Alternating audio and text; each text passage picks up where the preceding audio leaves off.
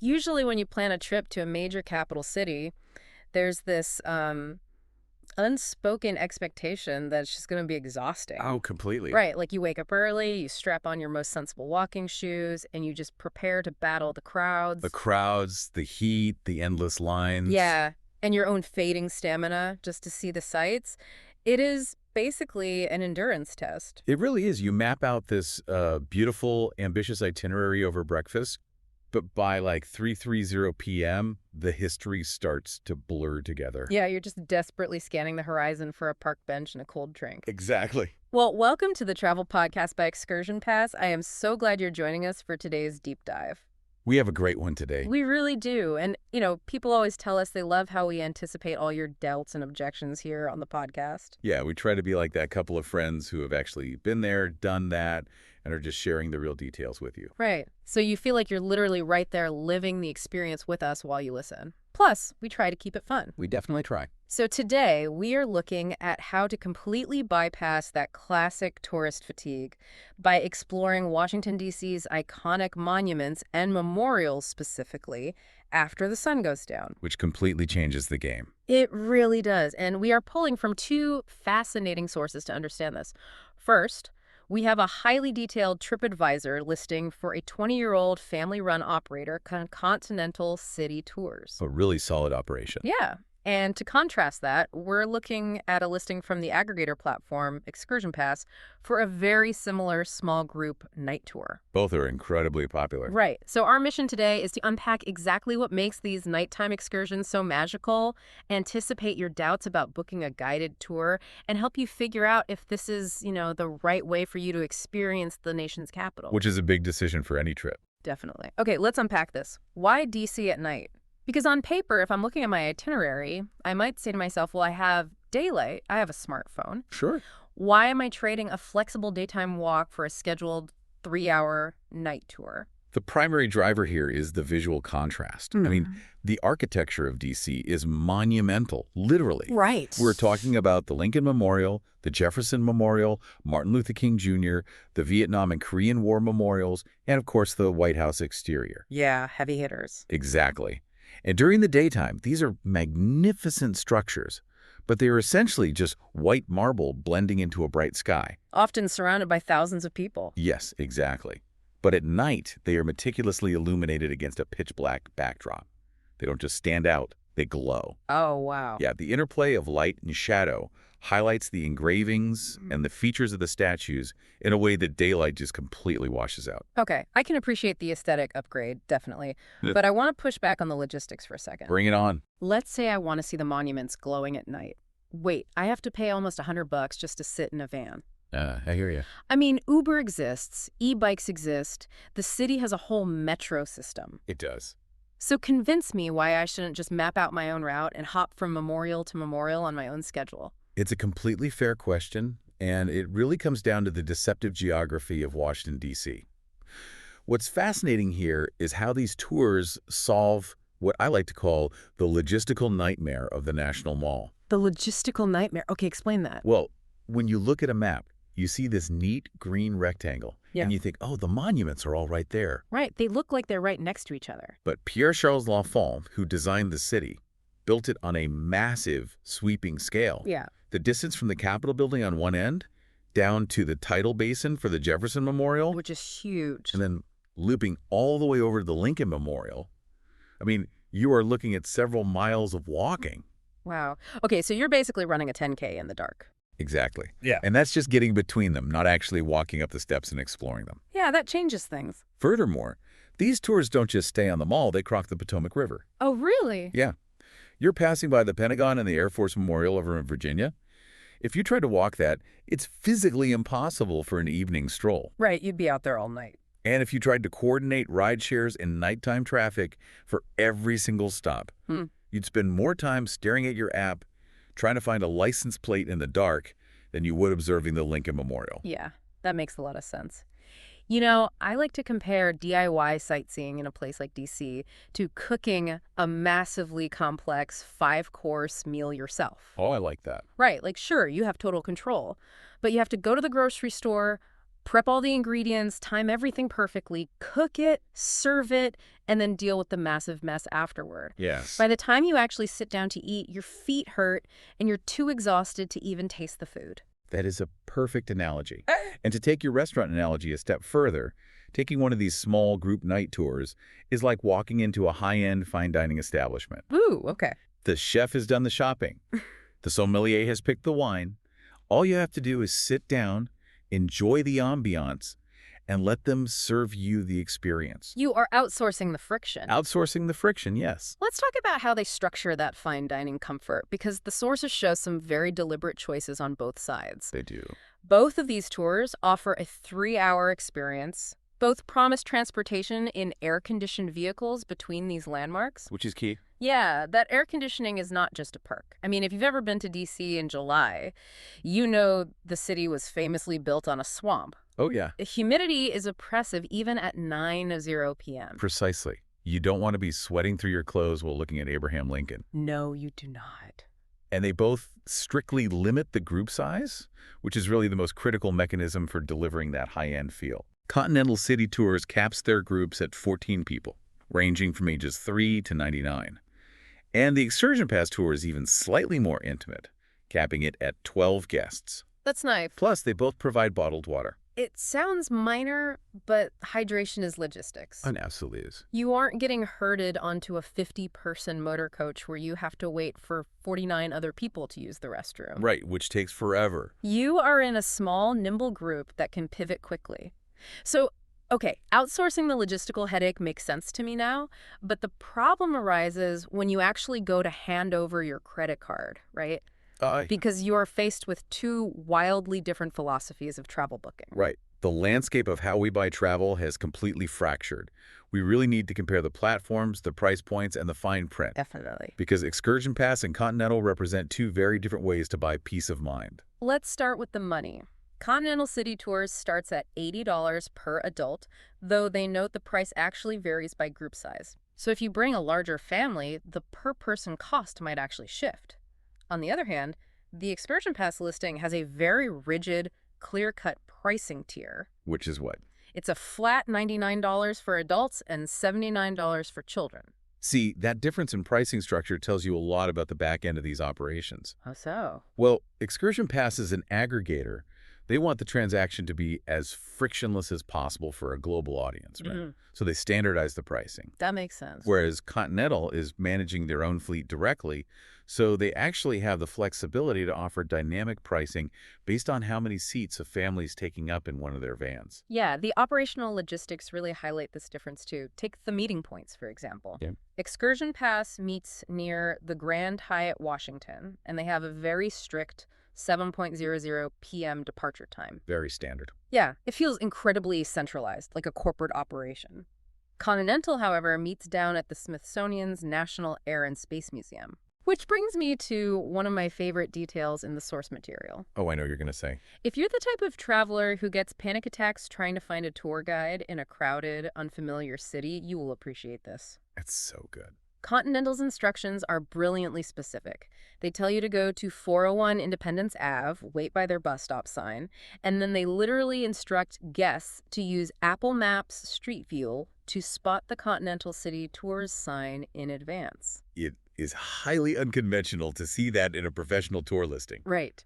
But it makes complete sense when you think about their operation. I honestly kind of love it. Like, just look at it on your phone before you leave your hotel so you know exactly what the metal pole looks like. Exactly. It's quirky, but you know that instruction was born from 20 years of frantic tourists calling them at 6:55 p.m. saying, "I'm standing by a tree, where are you?" Oh, without a doubt. And this raises an important question about how we, as consumers, make choices in the digital travel age. Okay, tell me more. We are looking at a direct operator versus an aggregator. When you look at the ExcursionPass listing, it is pristine. Yeah, it's very clean. It gives you a clean itinerary, a calendar with specific days of availability, and crystal clear child pricing. It is designed to remove all cognitive load from the buyer. You just click, you pay, and you show up at the Hyatt. ExcursionPass is like a Michelin-starred franchise. It's polished, predictable, and you know exactly what you are getting. Exactly. But then you look at Continental, It feels much more organic, like the hole-in-the-wall family joint where the chef knows your name. Right, a totally different vibe. They rely less on a slick digital interface and entirely on social proof. I mean, they have a massive trove, 482 reviews. Wow, that's a lot. Yeah, and they lead with their 20-year history as a family-run company. Yeah. So it's really a choice between the reassurance of a clean global platform and the gritty, authentic proof of hundreds of people vouching for them. We should also talk about the practical limitations of these smaller operations, though, because the fine print reveals a lot. It always does. Continental specifically points out they are not wheelchair accessible. Right. They are stroller accessible, and they allow service animals, but no wheelchairs. And infants have to sit on laps, though they do provide infant seats if needed. That lack of wheelchair accessibility is really a direct consequence of the small group model. Because of the vehicles. Yeah, exactly.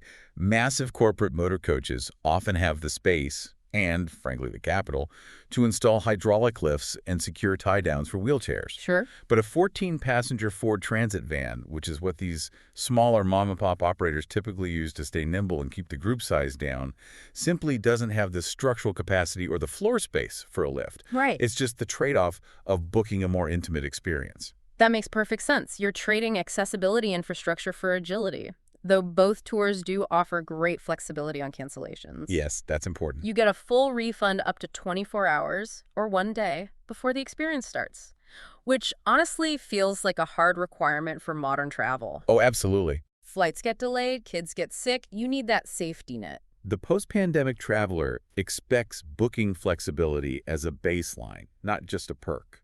Exactly. So all of these logistics, the slick aggregator platform versus the quirky Street View instructions, the 24-hour cancellation, the air conditioning that only gets you into the van. Right. Once the doors close and the engine starts, what actually earns a tour a glowing 5-star review? Because people aren't logging onto TripAdvisor to write paragraphs about the suspension on a Ford Transit van. No, they certainly aren't. They are transitioning from the logistics to the human element. Yeah. The guide is the lens through which you experience the entire evening. Here's where it gets really interesting, because if you read the reviews for Continental City tours, they read like love letters to the guides themselves. They really do. You don't see people merely reviewing the monuments. They are reviewing the humans who introduce them to the monuments. Which is incredibly telling, considering these guests are looking at some of the most famous, historically significant architecture in the entire world. Right. Yet the standout memory is the person driving the van.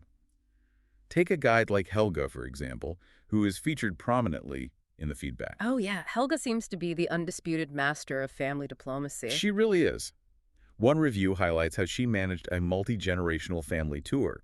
She had a 12-year-old and a 76-year-old in the exact same group. Oh, wow. That sounds challenging. From a guiding perspective, that is an incredibly difficult psychological and physical balance to strike. I can imagine. You have to keep the teenager intellectually engaged and off their phone while simultaneously managing the physical stamina and mobility limits of an older adult. Right, pacing is everything. And the reviewer specifically noted that Helga always parked in the perfect spot to minimize walking for them, all while maintaining a spotless large van. Minimizing the walking is huge, but, if Helga is the master of diplomacy, then Cliff is the rock star of this operation. Oh, Cliff. Yeah. The reviews for Cliff are wild. One family ended up being the only ones booked on his tour for that particular night, so it essentially became a private VIP experience. Talk about lucky. Right. And Cliff didn't just show up in a standard white van. He drove a black Cadillac adorned with American flags. It's an immediate tone setter.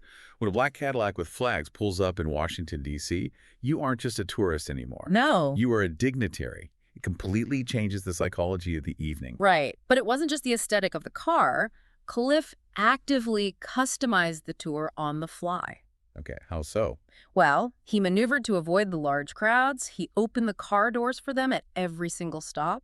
He pointed out hidden Easter eggs at the monuments that you would never find on a Wikipedia page. That's that local knowledge you're paying for. Exactly. But my absolute favorite part of the entire review, the guests specifically praised Cliff because he, and I quote, knew where all the clean bathrooms were. Now that is the ultimate insider knowledge. I am not joking. If you are traveling with a family, knowing the location of a clean public restroom in a major city at 9:00 p.m. is the most valuable currency on earth. Oh, 100%. That alone justifies the $80 ticket price. If we connect this to the bigger picture, it becomes overwhelmingly clear that travelers aren't actually paying for transportation. Right. Uber provides transportation.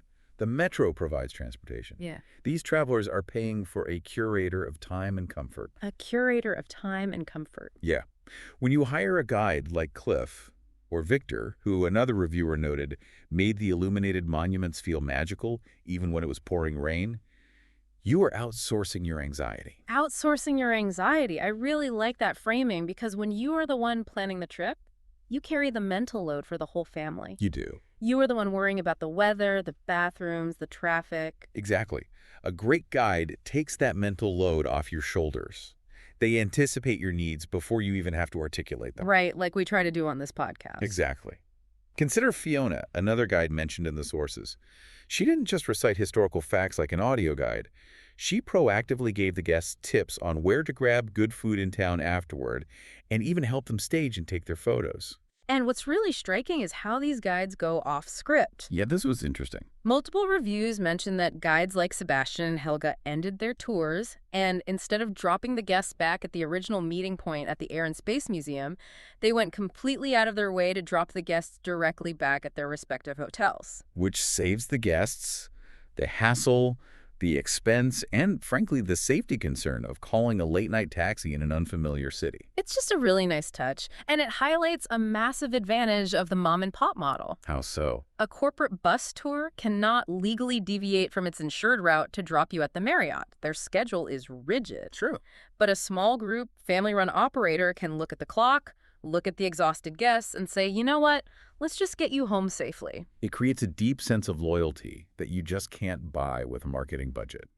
It transforms a simple commercial transaction into a genuine human relationship, even if it's just for 3 hours. Yeah, beautifully said. So what does this all mean?